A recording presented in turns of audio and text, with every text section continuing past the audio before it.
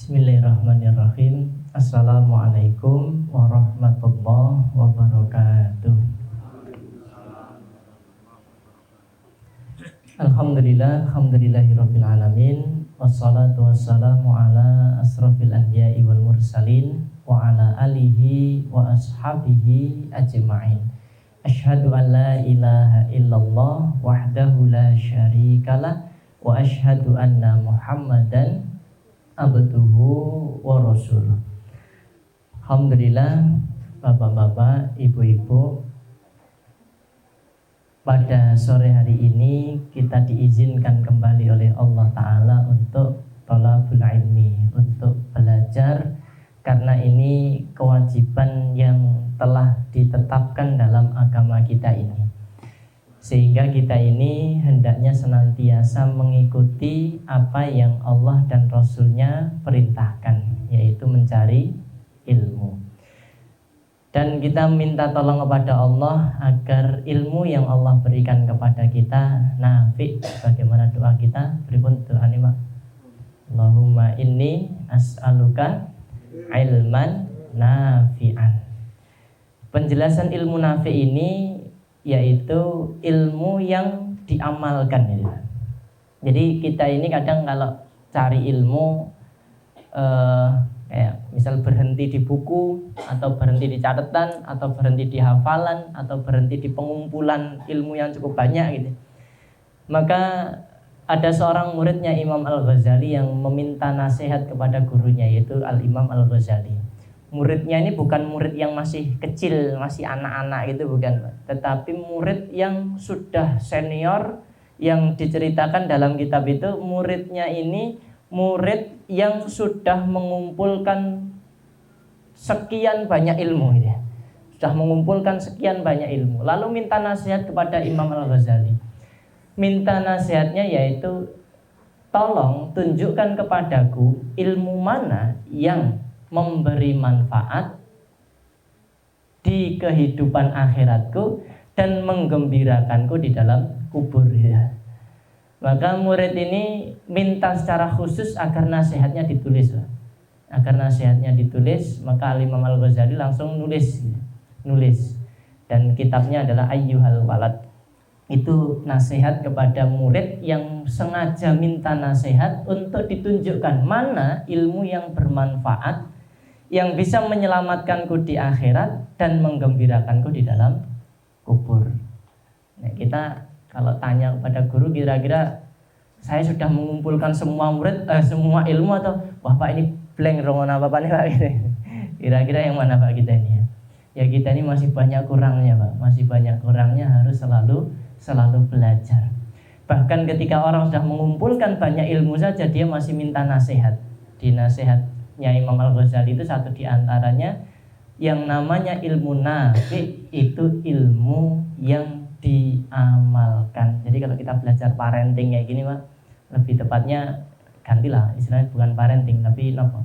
Pendidikan anak dalam Islam gitu ya. Pendidikan anak dalam Islam itu, maka hendaknya kita mulai mengamalkan gitu. Kita mulai mengamalkan dari ilmu yang disampaikan, gimana ya pengamalannya. Itu yang harus senantiasa kita pikirkan. Nah, dengan itu maka kita berharap semoga ilmu kita ilmu yang bermanfaat. Allahumma amin. Sebagaimana doa kula lan panjenengan sedaya. Bapak Ibu yang dirahmati Allah, pada sore hari ini kita melanjutkan pembahasan dalam kitab Panduan Lengkap Tarbiyatul Aulad karya Dr. Said bin Ali bin Wahab Al-Qahtani.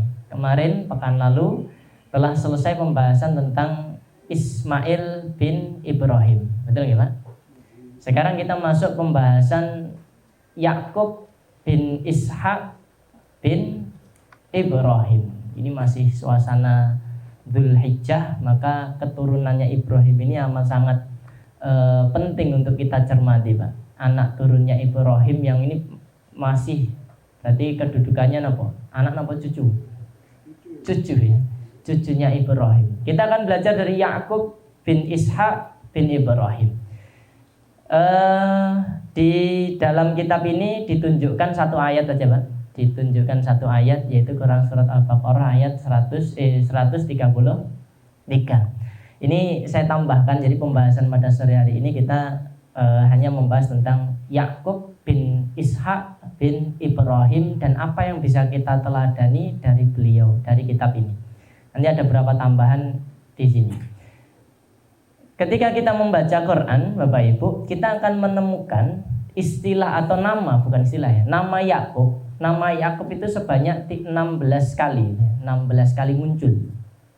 Dan tentu saja kalau kita kemarin menyimak, tentu penyebutan nama-nama ini ada maknanya gitu. Tentu penyebutan nama di Quran ini itu ada maknanya.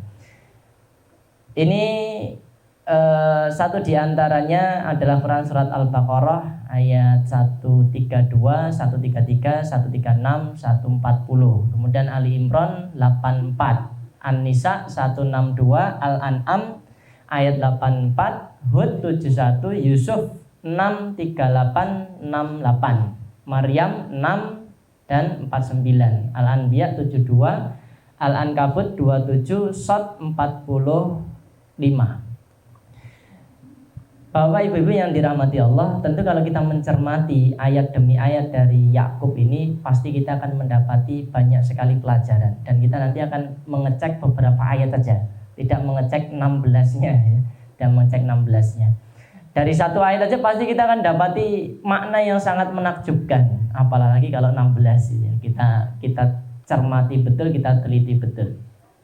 Bapak Ibu yang dirahmati Allah, kita ingat bahwasanya Yakub ini kelahirannya sudah dikabarkan kepada ibunya sebelum bapaknya lahir. Gimana ya? Jadi kabar kelahirannya disampaikan kepada simbahnya, kepada neneknya sebelum bapaknya lahir. Betul ya? Siapa neneknya? Neneknya adalah sinten, Pak? Neneknya Yakub sinten? Sarah. Neneknya Yakub adalah Sarah. Dikabarkan kepada ibunda Sarah dalam Quran surat Al-Ankabut, nanti ada beberapa ayat yang menyampaikan kabar kelahiran Yakub ini. Satu di antara adalah Quran surat Al-Ankabut ayat 27. Ketika Allah Ta'ala berfirman, wa wahabna lahu ishaqa wa ya'quba wa ja'alna fi dzurriyyatihin nubuwah wal kitaba wa atainahu ajrahu fid dunya wa innahu fil akhirati laminas sholihin. Dan kami anugerahkan kepada Ibrahim itu siapa? Ishak dan Yakub. Seakan-akan ini anaknya, seakan-akan ini Ishak dan Yakub itu anak, padahal tidak. Ishak dan Yakub, padahal Yakub ini adalah anaknya Ishak. Dan kami jadikan kenabian dan Alkitab pada keturunannya, dan kami berikan kepadanya balasan di dunia, dan sesungguhnya dia di akhirat benar-benar termasuk orang-orang yang soleh. Maka sekali lagi, garis Yakub ini adalah garis keturunan yang sangat mulia. Bapaknya seorang nabi, kakeknya juga seorang nabi. Nanti punya anak juga seorang nabi. Sini namanya Pak Yusuf. Maka bapak saya dulu ngasih nama karena nabi ini Pak. Harapannya kan ganteng kayak Nabi Yusuf. Muka-muka ganteng dan soleh, ya. Ganteng tak dan soleh apa gunanya ya? Maka dulu doa dari keluarga kami ya mungkin ganteng, tapi nggak tahu kok saya belum dengar penyebutan soleh dari mereka. Karena yang terkenal dari Yusuf ini kalau kita sepintas gitu aja mesti apa Pak? Yang terbersit di kepala kita gantengnya gitu ya, gantengnya. Karena memang gantengnya luar biasa, sampai dikisahkan ketika diundang para wanita Mesir, kemudian mereka dikasih apel dan pisau ya. Apel dan pisau itu Yusuf disuruh keluar menghidangkan minuman ya. Lalu saking terpukaunya kepada Nabiullah Yusuf itu, mereka tidak ngupas apel tetapi ngupas jari Pak. Ngupas jari. Itu kalau pisau yang kira-kira ngupas tapi nggak kerasa itu kira pisaunya tumpah jempung banget. Tapi ini nggak sadarnya bukan karena pisaunya, tapi nggak sadarnya karena karena menyaksikan keelokan rupa Yusuf. Maka mereka mengatakan, wah ini bukan manusia, ini malah malaikat. Nah, Bapak Ibu yang dirahmati Allah, maka garis turun Yakub ini mulai dari ke atas sampai ke bawah ini garis turun yang sangat mulia. Bahkan nanti dari Yakub ini lahir bangsa yang besar, yaitu Bani Israel. Maka nama lain dari Yakub adalah Israel. Jadi nama lain dari Yakub adalah Israel. Yakub memiliki 12 putra. Kita ingat ya, Yakub punya 12 putra. Yang disayang sebetulnya semua itu disayang, Pak. Semua itu disayang oleh Yakub. Hanya saja anak-anaknya ini merasa bahwa seperti ada perbedaan di antara mereka dalam kasih sayang itu. Padahal Yakub ini berusaha memperlakukan anak-anaknya itu sama gitu. Memperlakukan anaknya itu sama meskipun ada kecondongan kepada Yusuf. Ada kecondongan kepada Yusuf. Nah, ini pelajaran bagi kita Bapak Ibu.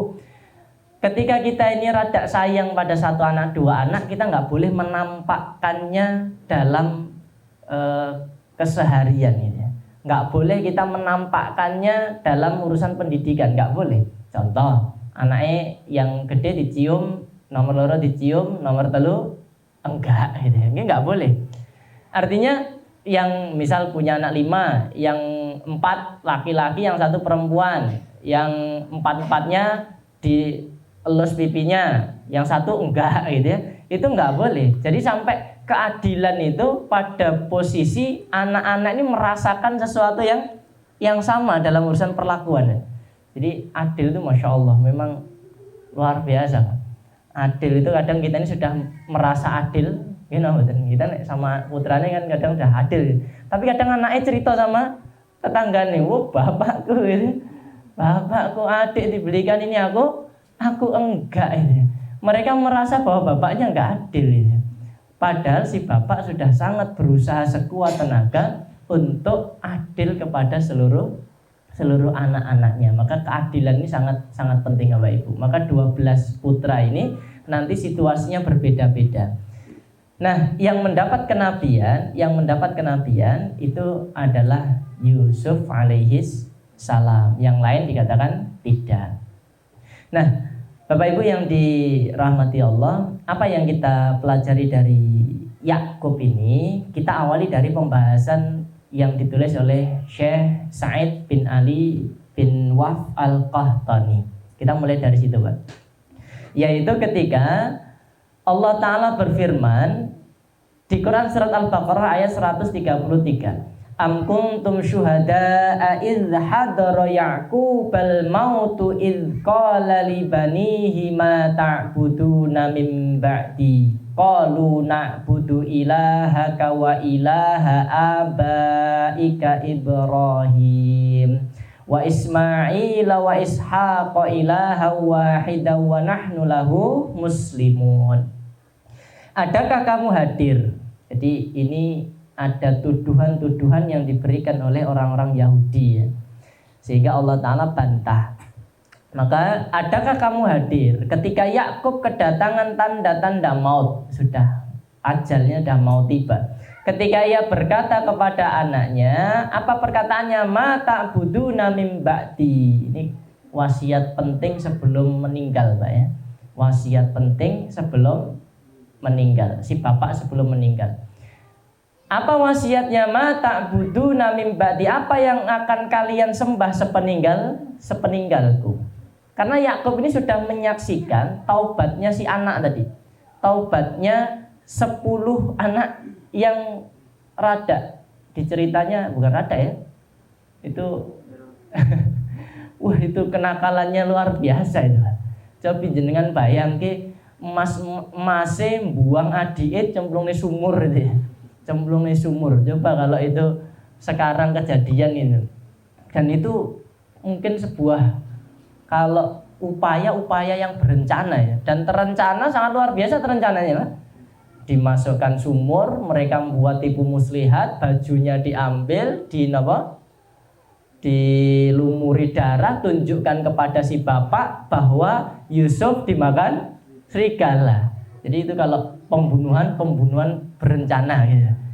Jadi anak-anak ini sampai punya tekad mencelakai adik-adiknya. Karena apa? Karena mereka hasad, muncul hasad. Tadi merasa bahwa bapaknya tidak adil.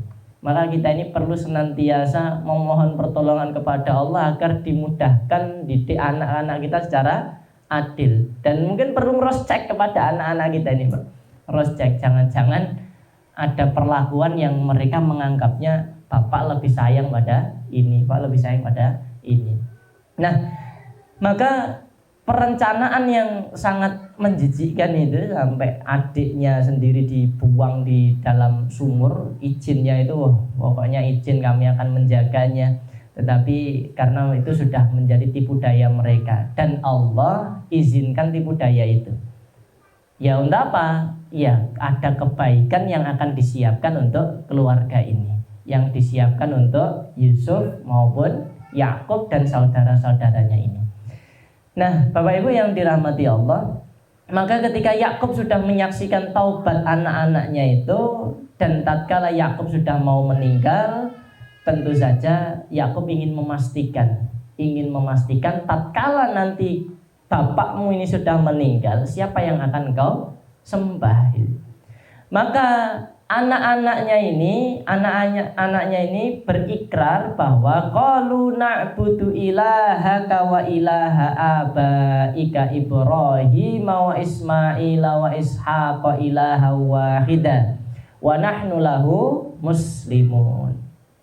Maka mereka menjawab, kami akan menyembah Tuhanmu, Tuhan nenek moyangmu, Tuhan pendahulumu, maksudnya siapa? Ibrahim, Ismail, Ishak, yaitu Tuhan yang Maha Esa. Dan saksikanlah kami adalah seorang Muslim. Jadi semua nabi itu agamanya apa? Islam. Sejak Nabi Adam sampai Nabi Muhammad Sallallahu Alaihi Wasallam. Karena pernyataan bahwa mereka ini Muslim itu nanti berulang-ulang ya. Termasuk putranya putra-putranya Nabi Yakub ini. Wa nahnu lahu muslimun. Mereka akan tetap menjaga keislaman, ya harapannya sampai mati. Nah, apa yang penting dari sini Bapak Ibu? Yang penting adalah pertanyaan yang dilontarkan kepada anaknya ini menunjukkan pada sesuatu yang penting yang diinginkan untuk anaknya. Sesuatu yang penting yang diinginkan untuk anaknya. Apa sesuatu yang penting yang diinginkan untuk anaknya itu? Terjaganya iman, kan gitu. Terjaganya iman. Anak-anaknya tetap menyembah Allah Subhanahu wa ta'ala. Itu pada situasi berat itu. Situasi tanda-tanda sudah mau meninggal. Tetapi Yakub sebagai seorang bapak sangat menyadari tanggung jawabnya menjadi seorang bapak, maka dipastikan nek bapakmu ini meninggal, siapa yang mau kamu sembah? Dan ternyata jawaban anak-anaknya jawaban yang melegakan hati, Pak.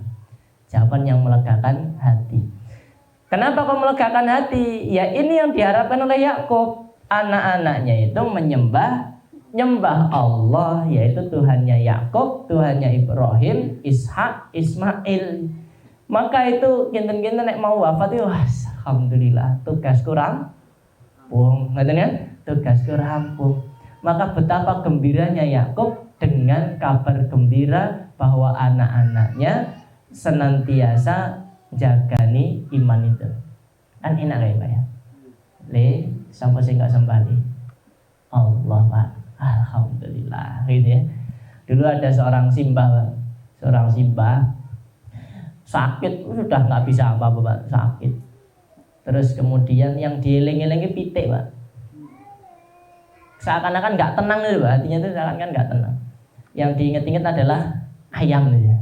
Artinya situasi bergejolak nggak tenang itu banyak faktor lah. Ini untuk saya mencontohkan situasinya Yakub gitu ya.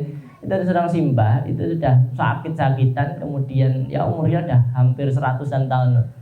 Terus sampai di rumah sakit, yang ditanya beberapa orang termasuk ayam, Pak. Jadi yang ditanya adalah beberapa orang, ada beberapa orang yang di bawah tanggungannya. Itu ditanya, ini piye iki, nek aku mati piye, nek aku mati piye gitu. Sampai pitik ayam, karena ini punya ayam banyak ini. Pitikku piye. Jadi ternyata sesuatu yang merisaukan itu ya bisa saja muncul. Nah, ini yang paling merisaukan Yakub adalah keimanan anak-anaknya ini. Nah, semoga kita besok ya diberi kabar gembira gitu ya, Pak. Ketika mau wafat, anak-anak kita menentramkan, kira-kira gitu, menentramkan, yaitu kita memandang mereka di kondisi iman. Nah, dan kita juga berharap sampai wafatnya mereka juga iman. Nah, Bapak Ibu yang dirahmati Allah, kita mundur ke belakang sebelum Yakub meninggal. Yakub ini kalau kita perhatikan, itu kesabarannya dalam mendidik anak-anaknya itu Masya Allah, sangat menakjubkan, Pak. Sangat menakjubkan. Hilangnya Nabi Yusuf itu ketika kecil, masih kecil ya. Hilang Nabi Yusuf itu ketika kecil. Maka ada kalimat yang sangat indah yang dilontarkan oleh Nabi Yakub tentang kesabarannya, Pak. Tentang kesabarannya. Nanti bisa jenengan cek di Quran surat Yusuf ayat 83. Ketika Yakub ini disakiti berulang kali oleh anak-anaknya, maka Yakub mengatakan qala bal sawwalat lakum anfusukum amra fasabrun jamil, gitu, Pak. Ini perlu jadi slogan kita, Pak. Saya tadi mau ke sini wis arep mangkat pun siap. Anaknya Pak. Waduh, uminya sedang jemuri ya. Kan tinggal langsung mangkat wush gitu ya. Diuji lah kesabaran itu. Diuji kesabaran. Terus kemerungsung itu situasinya. Gimana ini? Apakah mau celuk-celuk? Dan ya situasinya kemerungsung. Kalau kemerungsung itu kadang gampang. Kok yo tadi. Masa malah digantikan, kan nggak mungkin ya, Pak ya. Malah itu tuh nikmat yang sangat luar biasa, nanti nggak bisa malah bingung gitu. Maka kadang situasi-situasi kesabaran itu akan diuji dengan hal-hal yang ya memang anak kita ya. Dan Yakub itu diuji oleh Allah Ta'ala dengan kondisi anak 10-10-nya bareng dengan beliau. Nakal itu ya, nakalnya Masya Allah. Dan sampai dewasanya nggak ngaku ya. Sampai dewasanya nggak kayak ngaku nek dulu dicemplung nih ke sumur itu dan minta maaf dicari, kan enggak itu. Bahkan kebohongannya nanti dilanjutkan lagi. Jadi Yakub itu dibohongi berulang-ulang oleh putranya. Mulai dari kebohongan buang Yusuf, kemudian nanti ketika masa paceklik ada saudaranya yang lain juga Benyamin yang ditaruh dalam siasat yang dibuat oleh Yusuf, maka itu juga muncul kebohongan lagi yang dilakukan oleh anaknya. Agar apa? Agar si Benyamin bisa dibawa ke Mesir bertemu dengan Yusuf. Karena satu di antara syarat dapat makanan adalah itu. Maka Yakub menganggap ini kebohongan yang berlapis-lapis ini. Dan itu luar biasa. Dan Yakub selalu mengatakan fasabrun jamil. Apa maknanya? Maka kesabaran yang paling baik itulah kesabaranku. Kita perlu tulisi gede ya di rumah. Fasabrun jamil gitu. Kenapa? Agar kita ini senantiasa menyadari ya tugas kita ini sabar gitu. Sabar gampang atau gampang? Kayak gitu. Tantangannya luar biasa. Gampang yang Allah mudahkan, insyaallah. Nah, maka tatkala mendapat ujian berupa anak yang semacam itu, anak yang baiknya luar biasa, gemesi, anak yang kira-kira ini nanti ada harapan besar di kemudian hari hilang, yang ada di rumahnya anak-anak yang malah buang adiknya sendiri. Jadi di lingkupnya Yakub itu anak-anak yang menyusahkan hati beliau itu. Tetapi sekali lagi beliau punya prinsip bahwa kesabaran yang paling indah itu adalah kesabaranku. Sampai kesabaran Yakub itu ditunjukkan dengan butanya mata beliau ya. Butanya mata beliau. Dalam penjelasan kisahnya Yusuf itu dikatakan bahwa Yakub itu pengen marah betul Pak, kepada anak-anaknya yang gede-gede itu. Tetapi marahnya ini nggak sampai dilampiaskan gitu ya. Nggak sampai dilampiaskan gitu. Jadi jenengan nek pengen nesu mboten usah nang pantai terus bunga-bunga. Wah, itu kan ada orang yang berprinsip kayak gitu ya. Nek nesu wis ngono yang gunung terus bunga-bunga ngono bikin hilang aja. Atau kamu kalau marah wis diluap-luap nih sekalian. Nah, ono piring dibanting, ono gelas banting. Itu Yakub ngajari kita nahan loh. Marah itu ditahan gitu. Ketika marah itu harus ditahan, maka situasi raut wajah ini pasti situasi yang kalau mungkin loh Pak. Kalau kita pas pengen marah besar itu di sekitar kita perlu ada cermin Pak. Cermin, terus kalau ada kita mau marah kita segera bercermin Pak. Bagaimana wajah kita ketika marah? Kira-kira tambah lucu apa tambah ganteng apa tambah wayu gitu. Kalau tambah bagus ya jangan lanjutkan. Tapi kalau tambah gak karuan itu, maka sebaiknya berhenti ya. Saya juga belum pernah nyoba Pak. Atau kalau enggak bilang kepada istri atau keluarga kita kalau saya marah nanti tolong di video ya. Terus nanti kita tengok. Kenapa? Karena marah itu bukan untuk diluap-luapkan kayak gitu. Bukan untuk dilampiaskan dengan banting, dengan langsung getak, dengan langsung mukul dan lain sebagainya. Marah yang diizinkan itu ketika marah karena Allah.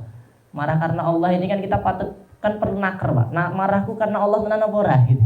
Oke, marahku bukan karena Allah. Kalau jenengan membaca Quran surat Al-Kahfi Pak, kemarin jenengan baca surat Al-Kahfi, jenengan akan ketemu dua pemilik kebun. Kisah dua pemilik kebun. Yang satu kaya dengan kebun yang sangat menakjubkan, dua kebun, di tengahnya ada sungai, ada sungainya. Lalu congkak orang ini, congkak angkuh, sombong, seakan-akan hari kiamat itu enggak akan ada. Kenapa? Karena saking nikmatnya apa yang dia saksikan.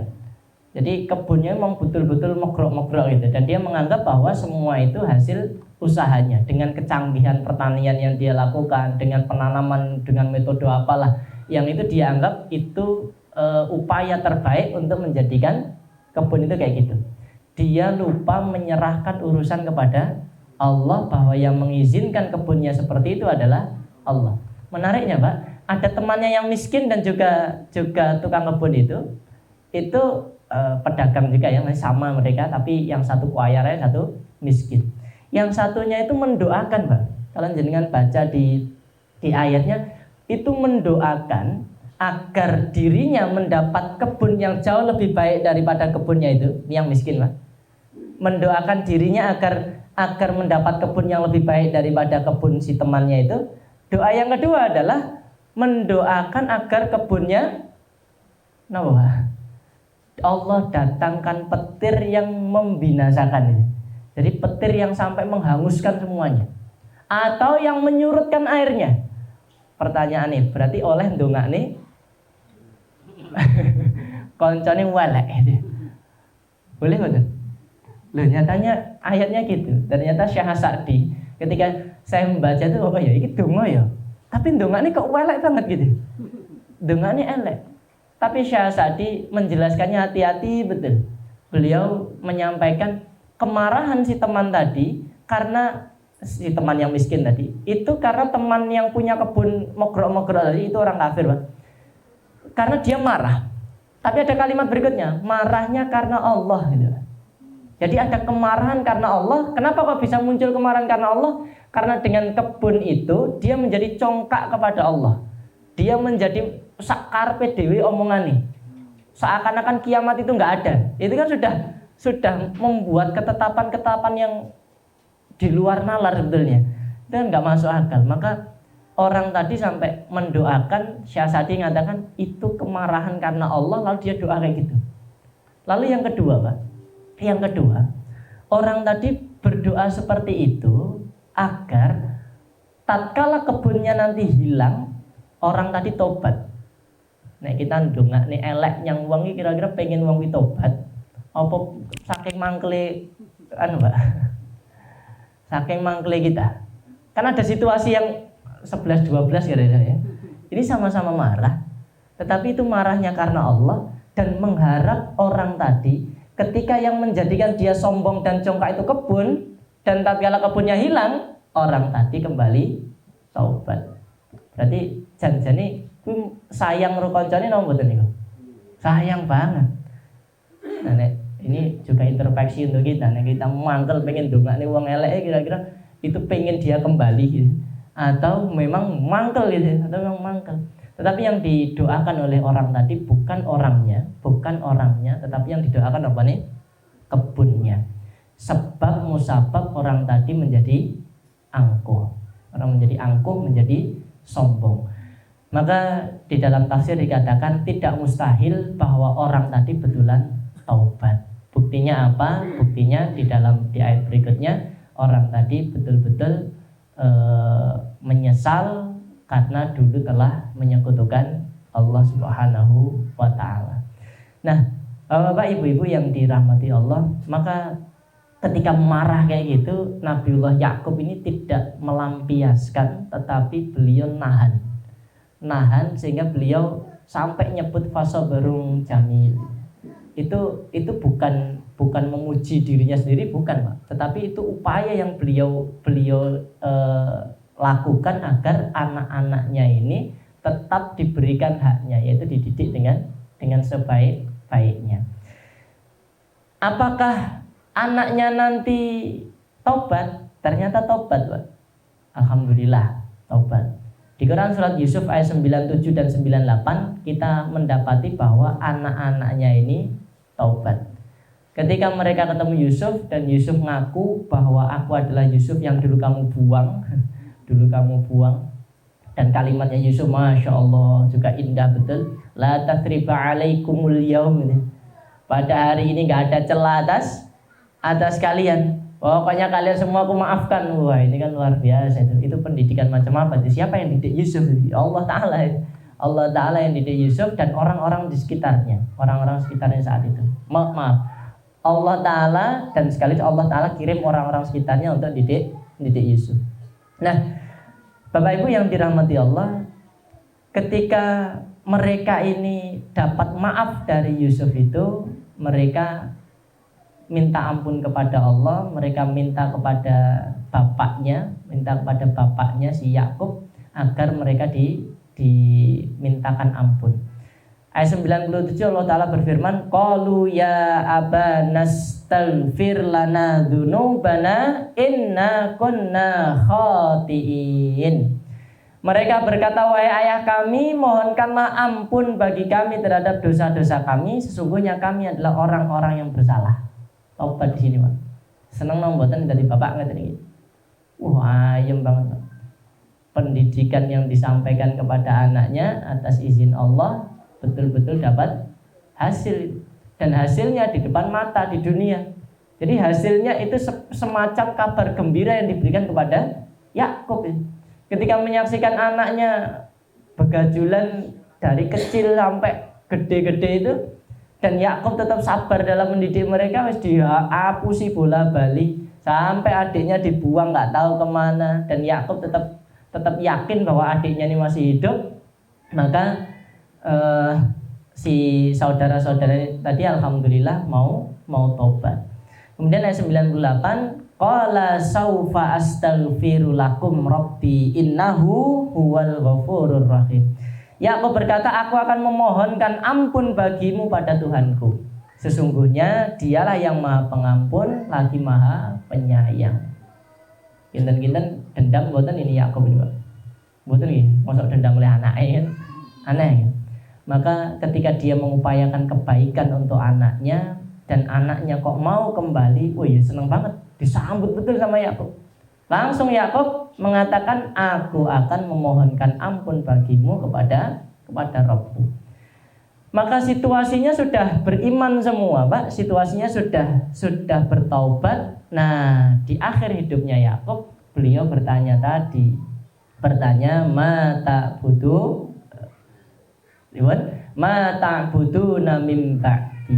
Di akhir hidupnya, setelah menyaksikan anak-anaknya semuanya taubat, beriman, kumpul sesuai dengan mimpinya Nabi Yusuf di dalam Quran surat Yusuf. Maka di akhir itu beliau hanya memastikan aja, penanaman iman selama ini berhasil enggak. Kemudian ketika mau wafat, kira-kira kalian tuh mau iman kepada siapa, mau nyembah kepada siapa. Dan alhamdulillah Allah berikan kabar gembira kepada Yakub bahwa anak-anaknya tetap beriman dan menyembah Allah Subhanahu wa ta'ala. Maka Bapak Ibu yang dirahmati Allah, dari sini kita ambil pelajaran banyak sebetulnya Bapak-bapak, Ibu-ibu. Yang pertama adalah penanaman iman, pendidikan iman itu hendaknya diutamakan. Iman ini berkaitan dengan urusan mereka dengan Allah yang tentu saja ada di dalam hati mereka. Ya, rukun iman itu, Pak.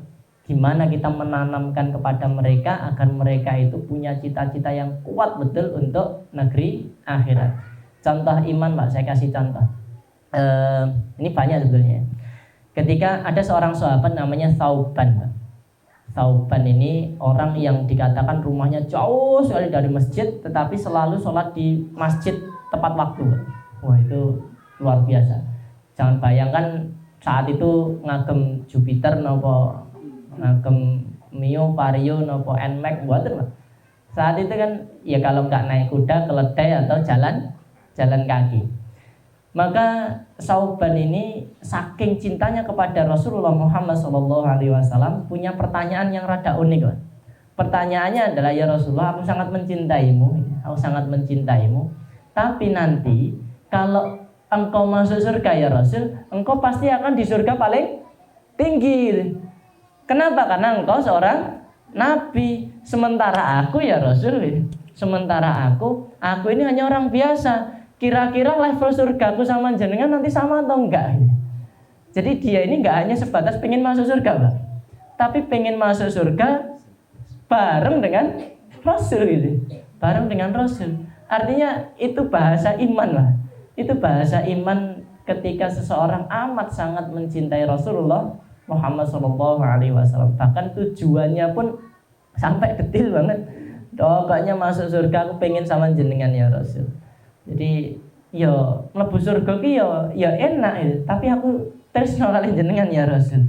Kira-kira nanti kita sesurga apa enggak? Sementara aku hanya orang biasa. Nah, maka pendidikan iman itu harus senantiasa kita upayakan Bapak Ibu, dan kita harus selalu belajar bagaimana mendidikkan iman kepada anak-anak kita. Kemudian yang kedua Bapak Ibu, bagaimana kondisi anak-anak kita? Entah sekarang ini, Pak, di pandangan mata kita ini baik, maka jangan gembira dulu itu, karena kita ini harus selalu memohon kepada Allah agar mereka dijaga sampai wafat. Kalau belum, di pandangan kita ini belum tampak menggembirakan, jangan pernah putus asa dengan pertolongannya Allah Ta'ala. Kalau kita belajar dari Yakub, situasi kayak apapun beliau yakin kepada Allah dan beliau melakukan ikhtiar itu. Siapa yang akan mengurusi? Yang akan mengurusi Allah. Siapa akan nolong? Yang akan nolong Allah. Maka kita teguhkan keyakinan bahwa Allah akan berikan pertolongan. Sebagaimana kita hadir di sini, Pak. Apakah serta-merta dengan kita belajar ilmu pendidikan Islam anak kita langsung soleh? Nggak bisa. Tetapi ketika kita berharap dengan upaya ilmu ini Allah bantu, kan ngoten. Allah tolong kita dalam mendidik anak-anak kita, dan kita juga berharap ini juga menjadi wasilah agar Allah Ta'ala mudahkan pendidikan anak-anak kita. Demikian Bapak Ibu, semoga yang sedikit ini bermanfaat. pekan depan insya Allah dilanjutkan di pembahasan berikutnya. Saya kembalikan kepada Ustadz Wahyu Kurniawan. Assalamualaikum warahmatullahi wabarakatuh.